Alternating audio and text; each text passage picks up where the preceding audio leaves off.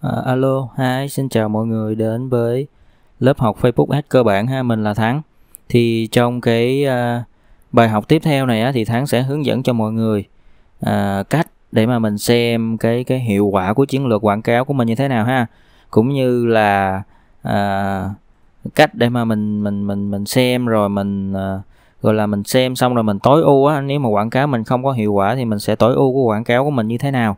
Đó thì trong cái bài học này Thắng sẽ hướng dẫn cho mọi người xem xét cái độ hiệu quả của cái chiến dịch quảng cáo của mình ha. Thì trong cái chiến dịch lần trước mà Thắng đã set á thì nó đã chạy rồi ha, nó đã chạy được ít hôm rồi. Đó thì tùy vào cái chiến lược mà bạn chạy quảng cáo ha, tùy vào chiến lược mà bạn chạy quảng cáo thì nó sẽ có những cái thông số mà cần thiết để mà mình tham khảo xem liệu rằng cái chiến dịch đó là để mình đánh giá liệu rằng cái chiến dịch đó nó có hiệu quả hay không.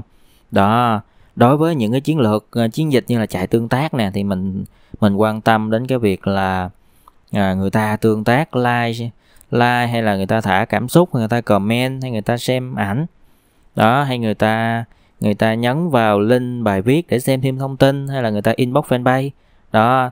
Thì đó là những cái mục tiêu mà khi mình chạy tương tác mà mình cần hướng đến đó. Mà khi cái chiến dịch của mình nó chạy rồi á thì mình cần phải xem lại những cái gọi là những cái thông số này để mình biết xem cái chiến lược mình nó có hiệu quả hay không, nó có tối ưu hay không, nó đạt được cái hiệu quả để mà mình làm kinh doanh hay không. Đó thì ví dụ đối với chiến lược tương tác thì như các bạn xem ở trong slide đó thì mình liệt kê ra một số những cái chính á mà các bạn cần phải xem, và các bạn phải đo lường những cái thông số đó xem nó có ok không. Đó rồi, còn đối với những cái chiến lược mà các bạn chạy Messenger thì các bạn tập trung vào việc là khách hàng người ta có inbox cho mình hay không ha, bao nhiêu inbox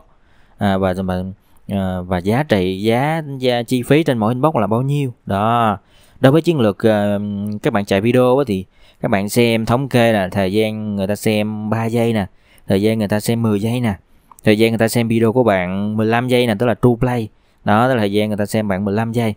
Đó thì đó là những cái gọi là cái mục tiêu mà mình hướng đến.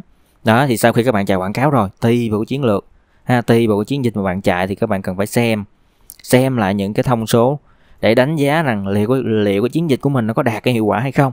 Đó, các bạn cần phải biết rằng nó có đạt hiệu quả hay không để mình tiếp tục mình duy trì chiến dịch đó để cho Facebook nó tối ưu cho mình. Đó, hoặc là mình có thể ngừng, mình tự tối ưu lại ha. Đó, còn hoặc là về mà các bạn chạy chuyển đổi, các bạn chạy lên landing page thì các bạn cứ đo lường xem cái lượt chuyển đổi là bao nhiêu thôi, đơn giản vậy thôi. Đó, ngoài những cái yếu tố trên á thì các bạn cũng cần quan tâm đến một cái yếu tố phụ nữa như là CPM. Đó thì CPM nó là cost per gọi là cost per cái này gọi là cost per million, không phải, cái này là nó tính theo thông số là trên 1.000. CPM nó là trên 1.000. Mình quên tên cái tên viết tắt của nó rồi. CPM là cost per gì ta? Cost per thousand mới đúng, nhưng mà mình quên cái từ này nè. Cái từ này nó dùng một cái từ nào đó, nhưng mà nói chung mà cứ hiểu là CPM tức là cái giá trên 1.000 lượt hiển thị. Đó, CPM nó là giá trên 1.000 lượt hiển thị là được ha, các bạn hiểu đơn giản như vậy thôi. Đó. Rồi. Đó thì cái yếu tố CPM này là một yếu tố phụ để bạn cần để đánh giá xem mỗi 1.000 lượt hiển thị cái quảng cáo đó thì bạn tiêu bao nhiêu tiền mà bạn đạt được cái hiệu quả bao nhiêu. Đó là cũng là một cái yếu tố để đánh giá cái chất lượng hiệu quả của quảng cáo Facebook Ads ha. Đó. Rồi thì mình túm lại là những cái yếu tố trên đó, thì bạn chỉ cần đưa ra một cái số liệu cuối cùng thôi, là các bạn xem cái chi phí trên mỗi kết quả đó. Đó, ví dụ như các bạn chạy tương tác thì bạn xem cái chi phí trên mỗi tương tác là bao nhiêu. Các bạn chạy met thì các bạn xem cái chi phí trên mỗi met inbox là bao nhiêu. Đó, các bạn chạy video thì bạn xem trên mỗi lượt xem là bao nhiêu. Đó, các bạn chạy chuyển đổi thì bạn xem chi phí trên mỗi chuyển đổi là bao nhiêu. Nói túm lại là các bạn cần quan tâm đến chi phí trên mọi kết quả mà mình hướng tới là bao nhiêu để mình so với lợi nhuận để mình biết xem cái chiến dịch của mình nó có hiệu quả hay không. Đó rồi ok, Thì để mà bạn đánh giá được cái hiệu quả cũng như là tối ưu thì mình cần phải xem xét cái chi phí trên mọi kết quả như mình nói ha.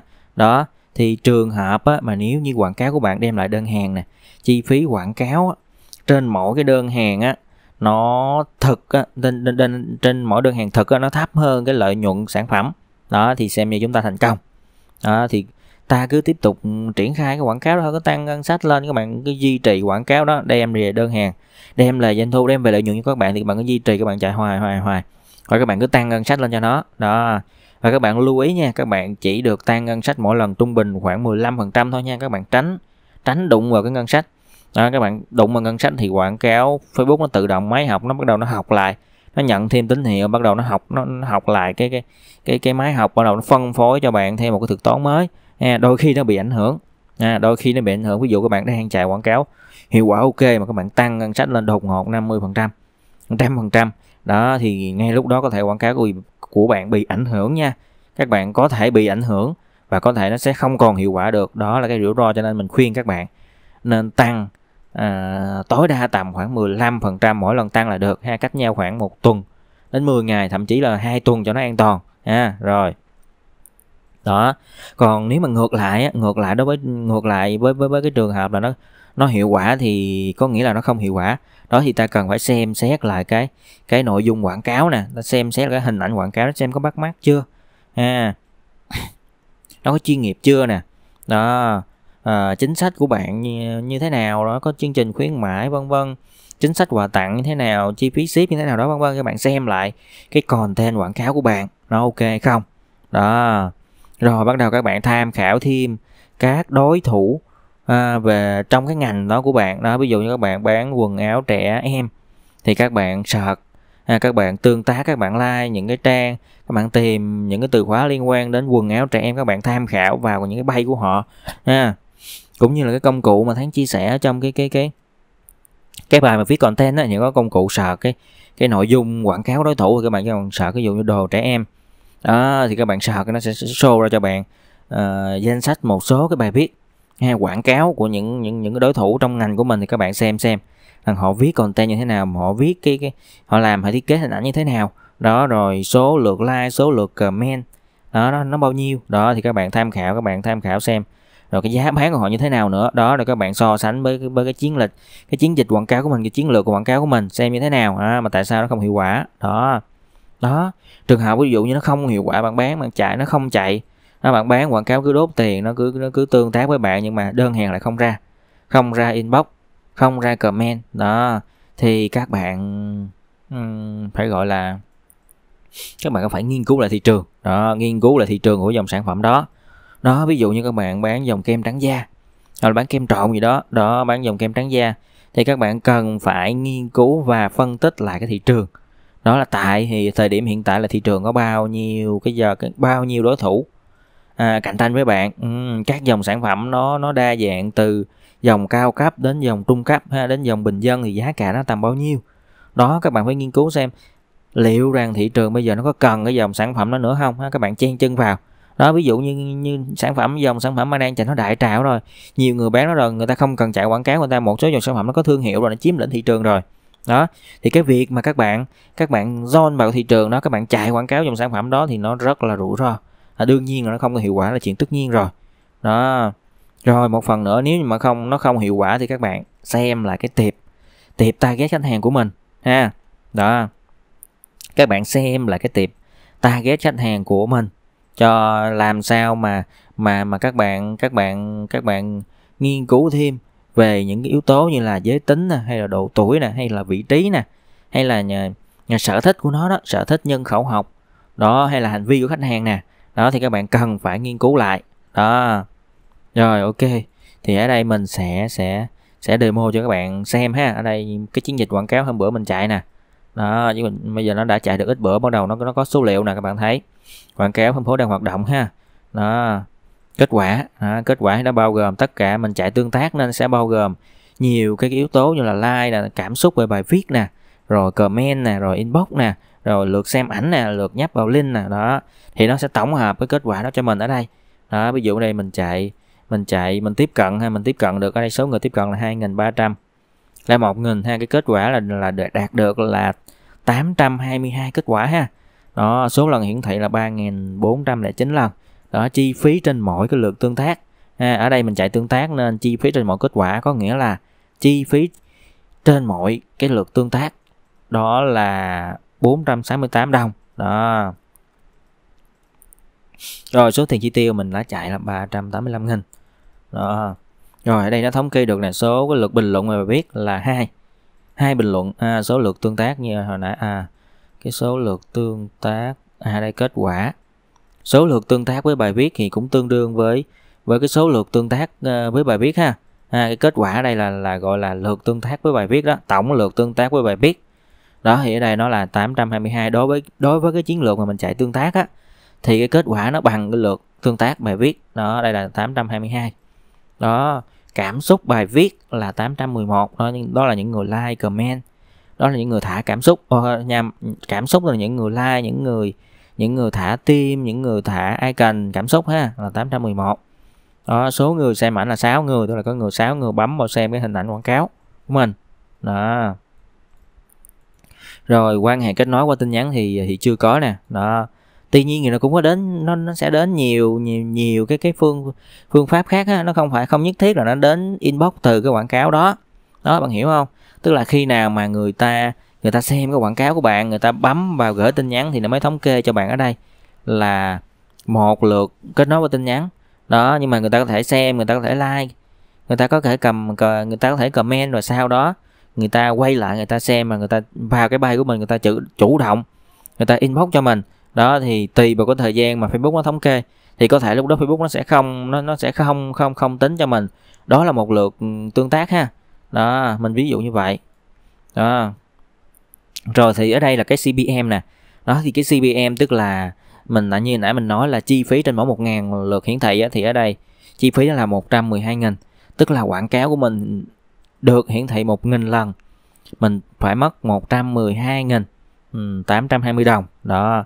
Thì đây là đối với thông số, đối với cái thông số mà mình chạy, gọi là mình chạy tương tác á, thì mình cần những cái yếu tố như mình nói là lượt tương tác.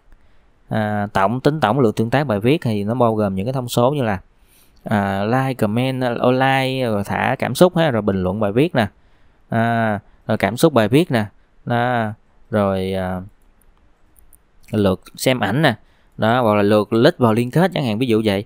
Thì để mà khi mà mặc định á, thì ở đây nó sẽ để cột hiệu quả ha, mặc định nó sẽ để cột hiệu quả thì nó sẽ show cho bạn những cái thông số mặc định thôi. Đó, như bạn xem trên màn hình. Đó, còn bây giờ mà các bạn muốn sửa lại á, muốn sửa lại mà bạn add thêm những cái cột khác để mình thống kê ấy, thì các bạn bấm vào đây.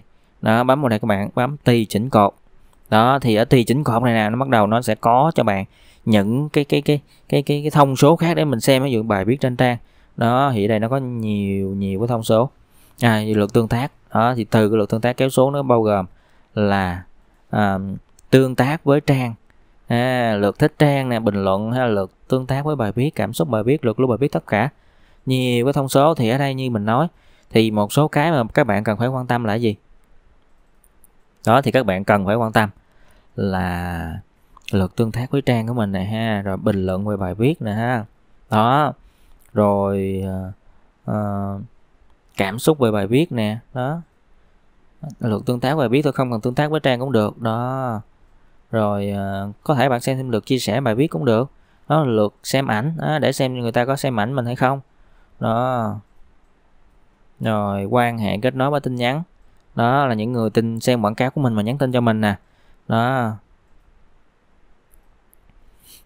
rồi ví dụ như bạn chạy video thì bạn bấm bạn check vào đây ha, nó có xem lượt xem video nè. Đó, xem 2 giây, xem tối thiểu 2 giây, xem liên tục tối thiểu trong 2 giây, hoặc là xem trong tối thiểu trong 3 giây, hoặc là xem true play là xem trong 15 giây. Đó, hoặc là xem 25% thời lượng 50. Đó, các bạn cần xem thống kê những cái tiêu chí nào bạn check vào thôi.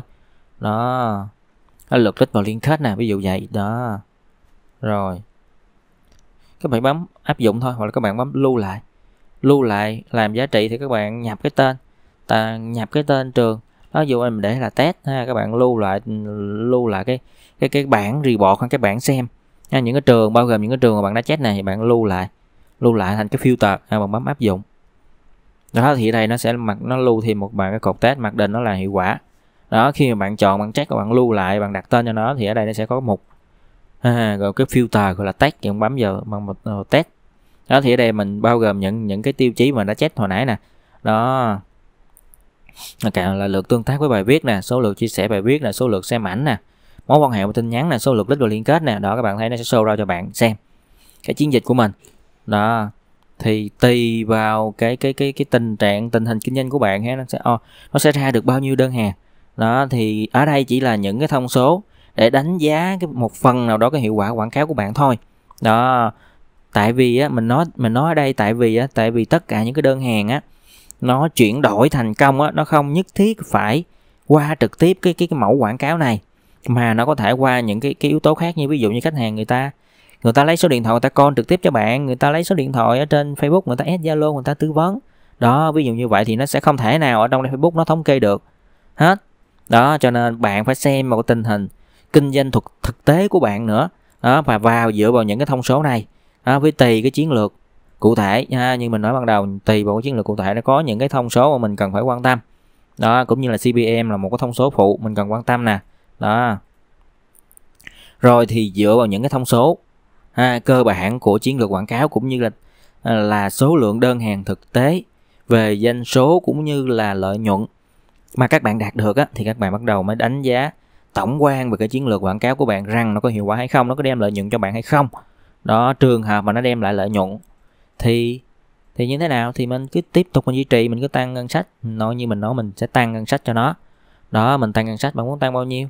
15% thì bạn cứ tính lên, bạn cộng vô khoảng 2 tuần bạn tăng một lần hoặc là 1 tháng để đảm bảo. Đó, mình ví dụ vậy. Đó, rồi trường hợp nó không hiệu quả thì các bạn phải chỉnh sửa. Đó, ví dụ như bây giờ mình nghi ngờ rằng cái chiến lược quảng cáo của mình target sai tập đối tượng thì bắt đầu mình phải sửa lại tập đối tượng thôi. Đó, các bạn vào như mình chỉnh sửa quảng cáo, các bạn vào nhóm quảng cáo.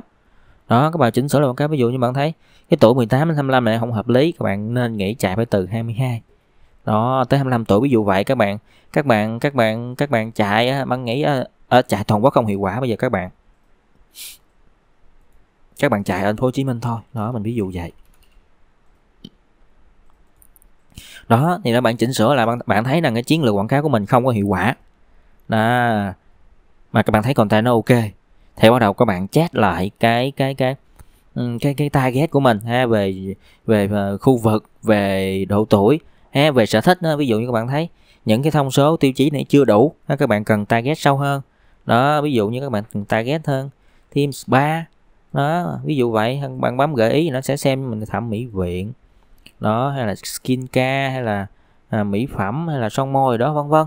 Đó, thì các bạn cứ target thêm đó cho nó. Mà các bạn tùy vào các bạn tư duy ha. Ở đây trong cái video này, ngoài cái việc mà hướng dẫn á, như mình đã nói trong cái bài học trước, là rất mong rằng các bạn cố gắng tư duy cái vấn đề nó, để các bạn mở rộng cái não mình ra, mở rộng cái tư duy mình ra để giải quyết những cái vấn đề. Tại vì ở đây nó cực kỳ đơn giản. Ở đây mình chỉ là người hướng dẫn cho các bạn, để cho các bạn một phần kỹ thuật để các bạn có thể làm được và các bạn tư duy được cái vấn đề. Đó, ở đây mọi thứ nó đơn giản, các bạn chỉ việc đọc thôi, các bạn đọc thôi. Nó đơn giản tới mức độ mà các bạn đọc và hiểu và làm, thế thôi. Đó, cái việc các bạn làm không hiệu quả thì các bạn xem lại nội dung của mình nó có ok hay chưa. Đó, rồi các bạn xem lại target của mình, nó cảm thấy nó chuẩn chưa. Đó, rồi thế thôi. Đó, đơn giản như vậy. Rồi thì các bạn bấm, sau khi các bạn chỉnh sửa quảng cáo của mình thì bạn lưu lại, các bạn tiếp tục các bạn test cái quảng cáo đó. Đó, xem nó có hiệu quả. Tiếp tục sau đó, nếu mà những cái trường hợp á mà nó không hiệu quả hay nó hơi hiệu quả thế nào đó, thì mình bắt đầu mình sẽ tính tiếp là cái việc là các bạn có nên chạy quảng cáo đó hay không, hay là các bạn nghiên cứu lại thị trường, nghiên cứu lại sản phẩm, nghiên cứu đối thủ đó, như mình đã nói ha. Rồi thì vậy, khi nào mà cái quảng cáo của mình nó không hiệu quả đó, khi nào mà quảng cáo nó không hiệu quả thì mình cần phải đặt ra cái vấn đề do các bạn mới làm. Thì bây giờ ở đây mình cũng chia sẻ luôn là khi nào mà quảng cáo nó không hiệu quả thì thường á, tùy vào cái ngành nghề, nhưng mình tính trung bình á, thì một cái chiến dịch mà mình chạy thì tối thiểu các bạn cần phải chạy khoảng đâu đó 2 tuần ha. 2 tuần thì mới có thể đánh giá được cái chất lượng quảng cáo của bạn nó có tốt hay không. Đó, trường hợp mà 2 tuần quảng cáo mà các bạn chạy nó không có hiệu quả, nó không có đơn hàng, nó vẫn có tương tác, hoặc nó không có tương tác, ví dụ vậy, nó không có đơn hàng, nó không có hiệu quả, thì các bạn biết chắc rằng cái hiệu quả đó không có cái chiến lược, cái chiến dịch đó không có hiệu quả, thì các bạn cần phải sửa lại nội dung đó. Các bạn nghiên cứu, bạn sửa lại nội dung của mình đó.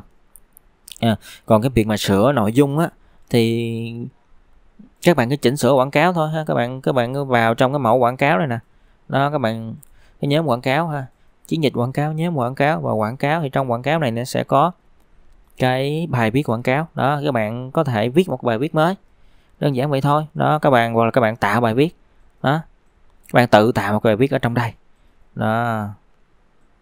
Khoan nội dung bài viết của sorry, ở đây là bạn tạo quảng cáo nè đó. Nếu mà các bạn để bài viết ở ngoài fanpage ha, các bạn như lúc đầu mình giới thiệu cho các bạn á, mình chỉ cho bạn cách đơn giản và dễ nhất đó là mình viết cái bài viết ở ngoài cái fanpage của mình, sau đó trong đây mình chọn mình chọn cái bài viết đó.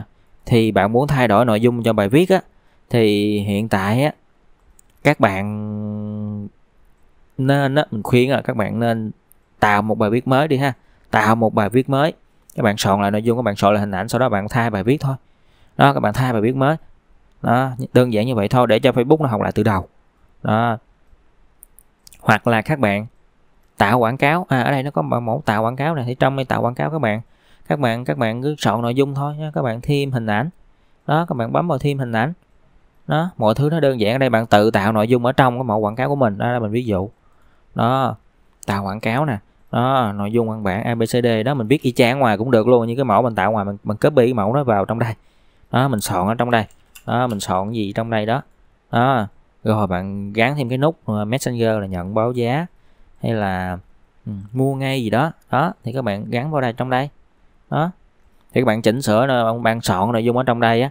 Khi mà bạn làm quảng cáo với cái cách thức này, bạn soạn nội dung với cái việc mà tạo quảng cáo ở trong cái công cụ này á đó, thì cũng tương tự như cái lúc mà bạn tạo quảng cáo thôi. Thay vì bạn chọn bài viết á, thì cái phần thay vì bạn chọn bài viết thì bạn bấm tạo quảng cáo, thì nó sẽ cho bạn vào cái giao diện này đó, giống như vậy để mình soạn bài viết đó. Thì khi mà quảng cáo nó không có hiệu quả thì các bạn vào edit cái quảng cáo của mình, thì vào đây mình sẽ được sửa ha, mình sẽ được sửa cái hình ảnh, mình sửa được nội dung đó, mình sửa được những cái nút này luôn đó. Thì tùy vào cái nhu cầu các bạn muốn làm thôi ha. Như cái đơn giản mình hướng dẫn là mình viết ở ngoài cho các bạn, đơn giản các bạn dễ hiểu cái quy trình, cái quá trình quảng cáo như thế nào thôi đó. Còn ở trong đây là cái công cụ các bạn soạn các bạn soạn sẵn ha. Các bạn cái việc soạn nội dung xong bạn copy vào đây, các bạn chọn hình ảnh ở đây ha. Các bạn có thể up hình ảnh của mình lên đó, chọn hình ảnh, các bạn up hình ảnh của mình lên, thế thôi đó. Rồi ok.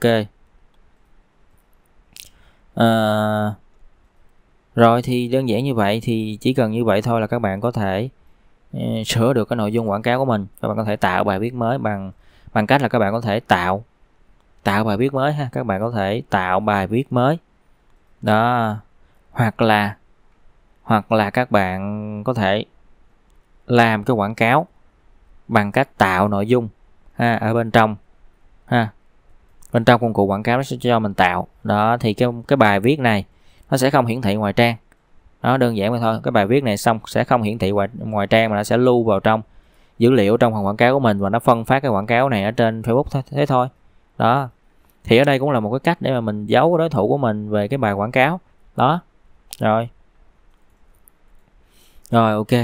Thì như mình nói là những cái trường hợp nào mà sau khi chạy quảng cáo 2 tuần mà đánh giá đó nó không hiệu quả, thì bắt buộc mình phải bắt tay mình sửa thôi ha. Mình sửa nội dung, mình sửa target và tiếp tục mình cứ chạy tiếp thôi. Mình chạy tiếp, mình test tiếp 1 tuần 2 tuần đó. Trường hợp mà trong 1 tháng nó không có hiệu quả thì mình cân nhắc nên suy nghĩ xem cái vấn đề nó nằm ở đâu. Đối với những người có kinh nghiệm như mình thì mình sẽ biết, còn đối với bạn thì bạn cần phải xem xét lại mọi yếu tố đó. Trường hợp các bạn nào mà các bạn chạy mà nó không có hiệu quả đó, thì các bạn cứ trực tiếp liên hệ với Thắng đó. Thắng sẽ xem xét qua chiến dịch quảng cáo, Thắng sẽ xem xét qua fanpage, Thắng sẽ xem xét qua nội dung của bạn, là Thắng sẽ tư vấn cụ thể hơn ha. Tại vì nó có rất là nhiều vấn đề ở đây, Thắng không thể nào mà nói hết được đó. Thì mong rằng các bạn có thể tự tư duy được đúng cái vấn đề mà mình cần đó. Như những cái mà Thắng đã chia sẻ, rằng các bạn xem những cái thông số để đánh giá chiến dịch đó. Các bạn có thể chỉnh sửa mẫu quảng cáo, có thể chỉnh sửa nội dung quảng cáo đó. Các bạn phải dành thời gian để test thêm cái quảng cáo của mình xem nó có hiệu quả hay không đó. Rồi thì túm lại rằng cái chiến dịch quảng cáo của mình á, mình cần phải chuẩn bị ngay từ đầu ha. Mình cần phải chuẩn bị kỹ về nội dung, về hình ảnh, về target. Đối với các bạn nào mà chưa chạy thì sau khi bạn học cái video này á, cái khóa học này của mình á, thì có lẽ là bạn chưa đủ sức để mà có thể chuẩn bị gọi là chuẩn chỉnh ngay từ đầu đó. Nhưng mà ở đây mình chia sẻ là cái kinh nghiệm ha, là những cái quan trọng nhất là các bạn phải chuẩn bị thật kỹ ha. Nói còn hơn không nói, là các bạn phải cần chuẩn bị thật kỹ cái chiến lược ban đầu đó, có nghĩa là nội dung, hình ảnh, dòng sản phẩm, và target và cái chân dung khách hàng của mình ha, để mình target đó. Rồi vấn đề nữa là về cái ngân sách mà khi bạn chạy quảng cáo á. Đối với mình á, riêng cá nhân mình mình kinh doanh nhiều năm rồi, riêng cá nhân mình, cái việc mà bạn chạy quảng cáo một cái dòng sản phẩm nào đó bạn chưa chạy bao giờ á, mà khi mà bạn chạy rồi á, thì các bạn xác định đi là cái ngân sách bạn bỏ ra là bạn lỗ trắng đi đó, 100% các bạn lỗ đó. Mình đây nhiều kinh nghiệm nên mình chạy, còn nhiều khi mình xác định là mình bỏ tại vì á, cái việc mà bạn chạy quảng cáo á, nó phụ thuộc vào rất nhiều yếu tố và không có một cái công cụ nào hết á, hoàn toàn không có một cái công cụ nào để chuẩn đoán cho bạn là cái quảng cáo của bạn nó có thành công hay không. Mà cái việc thành công hay không thành công á, nó phụ thuộc vào cái kinh nghiệm của bạn cái kinh nghiệm, cái tư duy của bạn ha, cái gọi là cái kinh nghiệm về làm kinh doanh nè, cái tư duy về làm kinh doanh nè, cái kinh nghiệm về các bạn chạy quảng cáo đó, thì cái tỷ lệ rủi ro nó sẽ thấp và tỷ lệ thành công nó sẽ cao. Nó sẽ tỷ lệ thuận vào cái việc mà bạn có nhiều kinh nghiệm, bạn có nhiều kiến thức hay không đó, về cái ngành nghề bạn đang kinh doanh, về cái tư duy bạn kinh doanh, về cái kỹ thuật mà bạn làm quảng cáo đó. Nên cái việc ngân sách ban đầu mà các bạn chạy quảng cáo thì bạn xác định lỗ 100% đi đó. Tại vì khi mà các bạn chạy á, thì các bạn mới có được số liệu, các bạn mới có được dữ liệu, các bạn mới hình dung ra được cái thị trường nó như thế nào, các bạn mới biết được đối thủ của bạn là đâu ha. Đó, khi bạn chạy rồi bắt đầu nó mới lôi vấn đề, mình mới biết rằng cái quảng cáo, cái chiến dịch của mình chạy để có hiệu quả hay không còn ai mà dám đảm bảo rằng chạy cái chiến lược quảng cáo 100% thì mình nghĩ cá nhân bản thân những thằng lập trình lên cái Facebook á, bản thân những thằng lập trình lên những cái công cụ quảng cáo này, bản năng họ cũng không đủ khả năng để có thể dám đảm bảo với các bạn rằng một cái quảng cáo khi triển khai nó có thể thành công đó. Mà cái việc nó có thành công hay không á, nó phụ thuộc vào cái kinh nghiệm, cái tư duy, cái kỹ thuật của mình như mà mình đã nói. Còn những cái vấn đề đó thì các bạn cần phải học theo ngày, theo giờ, theo ngày, theo thời gian. Các bạn phải làm, các bạn phải trải nghiệm, các bạn phải tự rút kinh nghiệm cho mình thì các bạn mới giỏi được đó. Thì đó là một cái chia sẻ nhỏ của mình về cái việc mà các bạn làm kinh doanh bạn sợ lỗ, các bạn làm quảng cáo mà các bạn sợ lỗ thì tốt nhất đừng chạy đó. Rồi thì thường á, thì khi quảng cáo người ta chạy á, một nhóm quảng cáo nó sẽ được phân phát quảng cáo dựa trên 500 cái khách hàng tiếp cận đầu tiên ha. Các bạn nên nhớ là một cái quảng cáo có thể chạy một quảng cáo có thể phân phối cái tiệp khách hàng của mình nó dựa trên 500 khách hàng đầu tiên mà họ gặp đó. Thì sau 500 khách hàng đầu tiên mà họ gặp á, thì bộ máy Facebook nó tự động nó thống kê lại là độ tuổi bao nhiêu, giới tính gì, ở khu vực nào, về nhân khẩu học, về chức danh, về công việc vân vân, về thu nhập ha. Rồi đó, thì sau 500 cái lượt tiếp cận đầu tiên, Facebook nó tự động nó tính toán lại cho bạn một cái bộ khung target, rồi sau đó sẽ phân phát và nó chạy nó chạy cho tới khoảng 10.000 người tiếp cận Khi cái quảng cáo của bạn chạy khoảng đến gặp 10.000 người tiếp cận, bắt đầu Facebook nó học lại lần 2 nữa đó, bắt đầu nó thống kê lại số liệu của 10.000 người đó. Nó tính ra cái lượng khung trung bình nó hợp lại những cái điểm chung của 10.000 người đó, bắt đầu nó phân phối tiếp quảng cáo cho các bạn đó. Thì sau giai đoạn 500 á, thì các bạn có thể gọi là cân nhắc sau khoảng giai đoạn 500 thì đến khoảng 2 đến 3 nghìn đó, thì các bạn có thể cân nhắc xem cái chiến dịch của mình có hiệu quả hay không. Nếu không hiệu quả, các buộc phải tắt, các bạn phải tắt chiến dịch quảng cáo đó tắt cái nhóm quảng cáo đó chứ. Các bạn phải tắt cái nhóm quảng cáo đó để các bạn tạo cái nhóm quảng cáo khác đó. Cũng như là khi mà đến 10.000 cũng vậy đó, thì các bạn cần phải tắt cái nhóm quảng cáo mà mình đang chạy đó để tạo cái nhóm quảng cáo khác đó. Hoặc thậm chí là các bạn phải tạo chiến dịch khác đó. Cái việc mà tối ưu cái phần mà chuyên sâu á, tối ưu cái phần nhóm quảng cáo, tối ưu cái việc mà thuật toán quảng cáo á, tối ưu á, thì cái trong cái khóa học này thì Thắng không có trình bày hết được, mà Thắng sẽ có một cái khóa học về gọi là Facebook Ads nâng cao á. Hiện tại thì Thắng chưa có có ghi hình, ghi cái video đó, ghi cái khóa học đó, nhưng mà Thắng sẽ nghĩ là mình sẽ ghi một trong hai cái khóa học là Facebook Ads nâng cao hoặc là tối ưu Facebook Ads đó, sẽ dành cho các bạn nào đã học qua cái khóa học Facebook Ads cơ bản này để các bạn hiểu sâu cái việc mà cơ chế Facebook nó chạy như thế nào, cái việc mà tối ưu nâng cao như thế nào ha. Tại vì ở trong cái khóa học này đa phần là mình dành cho các bạn nào mới vào nghề, mới làm nghề, mới chạy Facebook, thì các bạn cần hiểu đến đó, đến đây thôi là đã quá đủ rồi, các bạn cần phải hiểu. Mong rằng các bạn hiểu hết đó. Thì tiếp tục đó, các bạn cần học sâu hơn thì các bạn cứ liên hệ với Thắng, thì sẽ có một cái khóa gọi là tối ưu Facebook Ads hoặc là khóa học Facebook Ads nâng cao sẽ dành cho các bạn, và đương nhiên là sẽ có những cái ưu đãi ha, dành cho những bạn nào đã học qua khóa học Facebook Ads cơ bản này, thì các bạn liên hệ thì Thắng sẽ bán những cái khóa học nâng cao đó với giá ưu đãi cho các bạn để hỗ trợ cho các bạn làm kinh doanh ha. Ngoài ra sau khi mà các bạn học những cái khóa học này, trong quá trình học và sau khi quá trình học cũng như là quá trình các bạn thực hành mà gặp cái vấn đề khó khăn thì các bạn cứ liên hệ trực tiếp với Thắng, thì Thắng sẽ hỗ trợ cho các bạn thôi. Các bạn Thắng sẽ dành thời gian để chăm sóc cho các bạn, sẽ hỗ trợ cho các bạn, sẽ team view, sẽ xem vấn đề của bạn cụ thể như thế nào, sẽ tư vấn cho các bạn cụ thể về chiến lược của bạn đó. Các bạn yên tâm là các bạn cứ liên hệ với Thắng luôn sẵn sàng hỗ trợ và giúp đỡ các bạn trong cái việc mà làm marketing online nói chung đó. Rồi ok, thì túm lại cái khóa học Facebook Ads cơ bản này thì ngay từ đầu thì mình đã đi ngay từ đầu từ cái việc là tạo fanpage, viết nội dung, lên quảng cáo, rồi bắt đầu mình xem xét đánh giá đó, chỉnh sửa tối ưu nếu có đó, và cũng như kinh nghiệm mà Thắng chia sẻ đó, thì rất mong rằng các bạn đón nhận cái khóa học này với tâm huyết của mình, và mong muốn rằng các bạn có thể tự học, tự triển khai công việc quảng cáo của mình đó, hoặc là các bạn có thể biết cơ bản về quảng cáo Facebook Ads để quản lý những cái đối tác mà làm việc những cái đối tác triển khai quảng cáo cho mình. Các bạn cũng cần phải biết về quảng cáo Facebook Ads để các bạn quản lý họ, các bạn xem xét họ chạy như thế nào, có hiệu quả hay không, vân vân đó. Thì rất mong rằng là các bạn sẽ tiếp thu được những cái kiến thức, những cái kinh nghiệm mà mình chia sẻ đó. Rồi thì một lần nữa là Thắng rất cảm ơn là các bạn đã ủng hộ Thắng và học qua cái khóa học Facebook Ads cơ bản này ha. Đó thì các bạn, như mình đã nói thì các bạn khi mà các bạn cần hỗ trợ thì các bạn cứ liên hệ trực tiếp với Thắng, thì Thắng sẽ hỗ trợ các bạn các bạn cứ yên tâm đó. Thì các bạn cứ theo dõi Thắng, mà các bạn cứ